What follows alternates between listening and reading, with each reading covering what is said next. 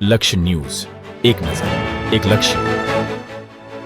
ડીસાના ખેટવા ગામે એક જ રાતમાં બે મંદિરોમાં થઈ ચોરી. ડીસા તાલુકાના ખેટવા ગામે એક જ રાતમાં બે મંદિરોને તસ્કરોએ નિશાન બનાવતા ચકચાર મચી ગઈ છે.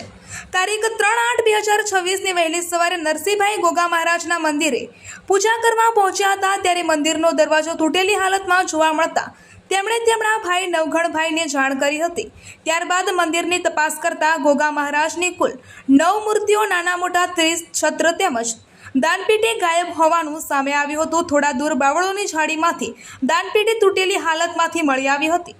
પ્રાથમિક તપાસમાં ગોગા મહારાજના મંદિરમાંથી અંદાજે 75,000ની ચોરી થઈ હોવાનું સામે આવ્યું છે.